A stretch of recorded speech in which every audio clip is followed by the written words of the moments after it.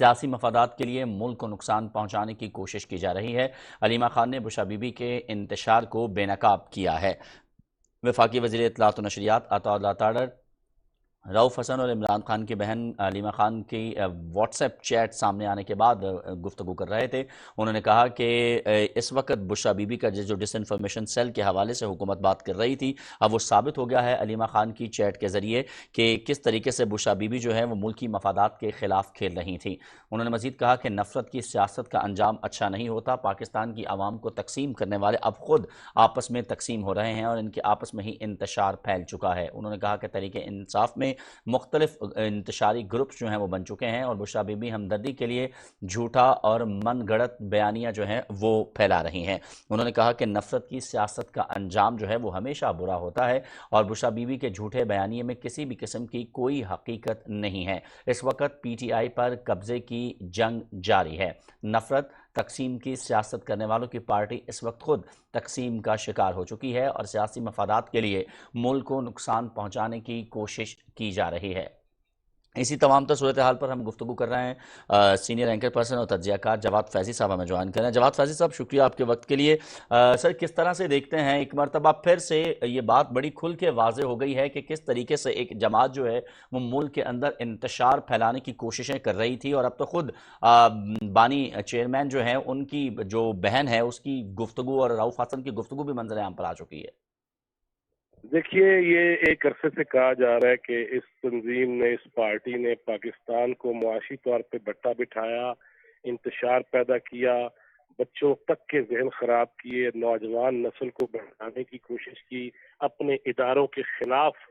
لے کے چلے گئے سب کو، افواج پاکستان کے خلاف زہریلا پروپیگنڈا، شہداء کی بے توقیری اور توہین اور تضحیک، یہ ساری چیزیں ہم نے دیکھ لیں۔ اب یہی انتشار ان کی اپنی جماعت کے اندر بھی واضح طور پہ کھل کے سامنے آ گیا ہے۔ ایک طرف جو ہے وہ پھونکے مار کے کچھ کرنے کی کوشش ہے، تو دوسری طرف سلائی مشین سے اپنے گروپ کو مضبوط سلائی کے ساتھ فٹ کرنے کی کوشش کی جا رہی ہے۔ اور یہ وہ ساری چیزیں ہیں جنہوں نے عیاں کر دیا ہے کہ ایک نظریہ، ایک بات، کچھ ٹھوس مدلل چیزیں ان کے پاس نہیں ہے۔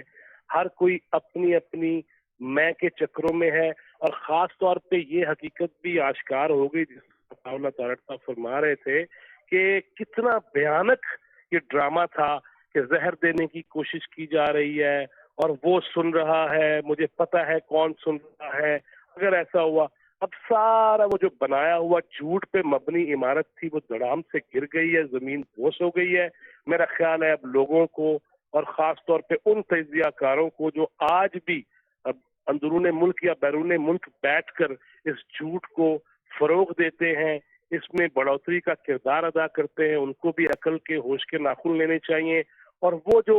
عام لوگ، سادہ لوگ ہیں، ان کو بھی اب سمجھ جانا چاہیے کہ ملک سے لے کے، سیاست سے لے کے، معیشت سے لے کے، مذہب سے لے کے کون کون سے رنگ ڈالنے کی کوشش نہیں کی گئی، جس سے ہمارے چہرے کو داغدار کرنے کی کوشش کی گئی۔ پاکستان کو بین الاقوامی سطح پہ جن شرمندگیوں کا سامنا کرنا پڑا، جس طرح ہم نے وہ ذہن سازی کے بعد دیکھا کہ لندن ہی نہیں، حرم مدینہ کی توہین کی گئی، جس طرح وہاں ہاتھا پائی کی گئی، جس طرح وہاں نعرے لگائے گئے، اس پہ ان سادہ لو افراد کو بھی سجدہ سہو کرنا چاہیے، گناہوں سے معافی مانگنی چاہیے، اور خاص طور پہ ان لوگوں کو تو اعتراف جرم کر لینا چاہیے جو جیل کے اندر ہیں یا باہر ہیں اور مبینہ طور پر وہ جو سازشیں گھڑتے ہیں اور ملک کو نقصان پہنچاتے ہیں، ان کو 9 مئی سے لے کے اپنے ہر عمل کا اعتراف کر لینا چاہیے، وگرنہ اس سے زیادہ جو چیزیں سامنے آئیں گی، اور اب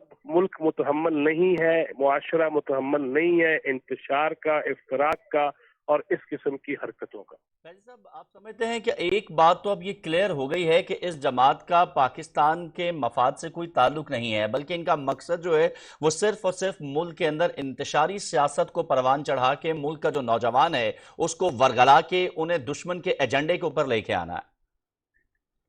دیکھیے، اس میں آپ نے جو فرمایا اس میں کوئی دوسری رائے نہیں ہے، اور میں ہمیشہ یہ کہتا ہوں اپنے پروگرام میں، اپنے تجزیوں میں، کہ وہ جو 60 کی اور 1970 کی دہائی میں شورش کشمیری مرحوم لکھ گئے، حکیم سعید شہید نے جو باتیں ہمارے سامنے رکھی، مجید نظامی صاحب نے جو رکھی مرحوم نے، ڈاکٹر اسرار احمد مرحوم نے جو چیزیں ہمیں بیان کی تھیں، تب تو شاید ہم سمجھے کہ اب 1960 میں جس شخصیت نے یہ لکھا ہو کہ یہ نقشہ ہوگا اور اس قسم کی شخصیات کے ذریعے اور کون کون سی دشمن سازشیں پیچھے ہوں گی، آج وہ آشکار ہو گئی ہیں۔ فورن فنڈنگ کیس سے لے کے اکبر ایس بابر ابھی تک انصاف کے متلاشی ہیں کہ کہاں سے پیسہ آیا، کیوں کر آیا، اسے کیا کروانا چاہا۔ پھر ہم نے دیکھا اس ملک کے نوجوانوں کو کہا کہ ہم غلام ہیں کوئی اور ہمیں کوئی غلامی قبول نہیں ہے۔ پھر اسی ملک کے اندر لابنگ کی گئی، اسی ملک کے اندر پاکستان کے خلاف قراردادیں منظور ہوئیں اور اس کے پیچھے محرک تھے ان کے ڈانڈے کہاں سے ملتے ہیں، ان کی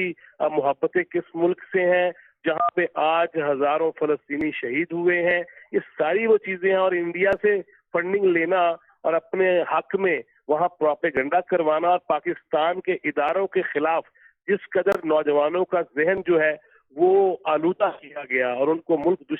دشمنی پہ مجبور کیا گیا، وہ باتیں کہہ کے جھوٹ بول بول کے کہ ہمارے جتنے بھی ہم نے دیکھا ہمارے اداروں کے خلاف جو مضمون پروپیگنڈاز کیے گئے، اس میں انڈیا سے وہ چیزیں آپریٹ ہوتی رہیں، ری پوسٹ ہوتی رہیں، اسرائیل سے ہوتی رہیں، دیگر ممالک سے ہوتی رہیں، اور اس قدر جھوٹ پھیلا دیا کہ ایک شخص لاہور میں بیٹھ کے لندن کے اندر فسادات کے اندر وہ گرفتار ہو جاتا ہے۔ اس قدر پراگندہ کیا گیا ہمارے اذہان کو، ہمارے نوجوانوں کو، اور پاکستان کے خلاف نفرت ان کے ذہنوں میں ڈالنے کی کوشش کی گئی۔ اور پھر ہم یہ دیکھتے ہیں کہ جلسہ تو خود ملتوی کیا، اس کی کہانیاں بھی سامنے آ گئی ہیں کہ علیمہ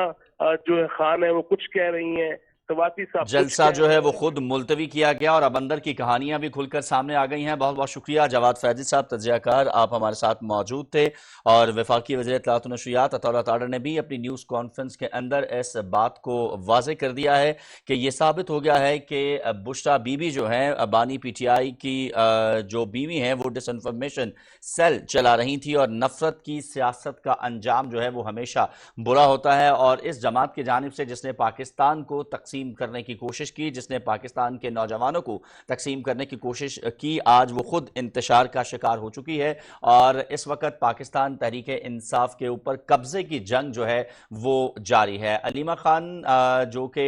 بانی پی ٹی آئی کی ہمشیرہ ہیں، ان کی اور پی ٹی آئی رہنما رؤف حسن کی واٹس ایپ چیٹ جو ہے وہ اس کے عکس بھی اس وقت آپ اپنی ٹیلی ویژن اسکرین پر دیکھ سکتے ہیں۔ اس چیٹ کے سامنے آنے کے بعد ایک نیا پینڈورا باکس جو ہے وہ کھل چکا ہے، اور اس میں یہ بات واضح ہو چکی ہے کہ کس طریقے سے پاکستان تحریک انصاف جو ہے وہ ملک کے اندر انتشاری سیاست کو پروان چڑھا رہی تھی، اور ڈس انفارمیشن جو ہے اس کے ذریعے ملک کے نوجوانوں کو گمراہ کرنے کی کوشش کی جا رہی تھی۔ عاصم نذیر بھٹی ہمارے نمائندے لاہور سے ہمیں جوائن کر رہے ہیں، ان سے اسی حوالے سے مزید گفتگو کریں گے۔ عاصم نذیر بتائیے گا، یہ جو تمام تر صورتحال اس وقت ہم دیکھ رہے ہیں کہ اس ایک چیز تو واضح کر دی ہے کہ ملک کا جو نوجوان ہے اس کو گمراہ کرنے کے لیے کس طریقے سے ڈس انفارمیشن سیل جو ہے وہ کام کر رہا تھا، اور اس چیٹ کے سامنے آنے کے بعد بھی یہ چیز بڑی حد تک واضح ہو چکی ہے کہ کس طرح بشریٰ بی بی اس ڈس انفارمیشن سیل کو جو ہے وہ لیڈ کر رہی تھی۔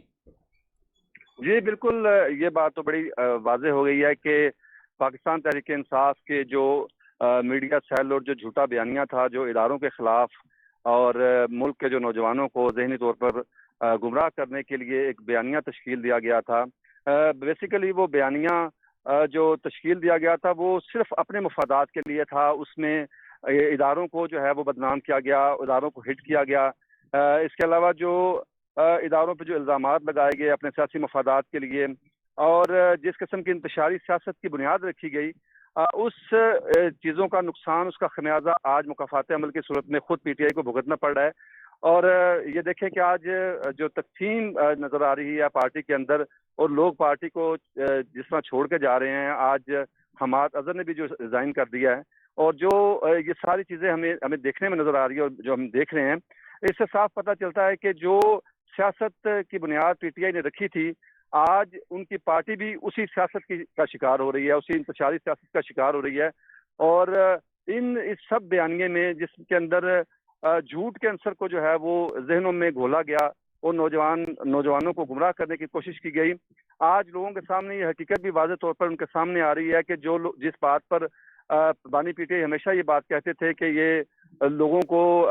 جو ہے وہ مالی مراد دے کر لوگوں کو اکٹھا کرتے ہیں. تو علی امین گنڈا پور نے بھی اس بات کی خود بھی اس بات سے ثابت کر دیا کہ انہوں نے جلسے کے اندر لوگوں کو اکٹھا کرنے کے لیے نوٹ تقسیم کیے. اس کی ویڈیو بھی ہر جگہ پر بھی وائرل ہے. تو بات ابھی جو عمران خان صاحب خود ان کا جو ابھی بیانیہ انہوں نے تشکیل دینے کی کوشش کی مختلف فورمز کے اوپر, ان کے جو میڈیا سیل ہے کہ عمران خان کو زہر دینے کی کوشش کی گئی یا ان کو جیل میں سہولیات فراہم نہیں کی جا رہی, تو اس کو بھی انہوں نے جو ہے وہ جھوٹا ثابت کر دیا ہے. اور علیمہ خان نے بشرا بی بی کا جو ہر قسم کا جو بیانیہ تھا, یہ اصل میں اب پارٹی پر جو ہے قبضے کی جنگ ہے دو خواتین کی, جو اب کھل کے سامنے آ گئی ہے اور ایک دوسرے کے خلاف وہ ہر وہ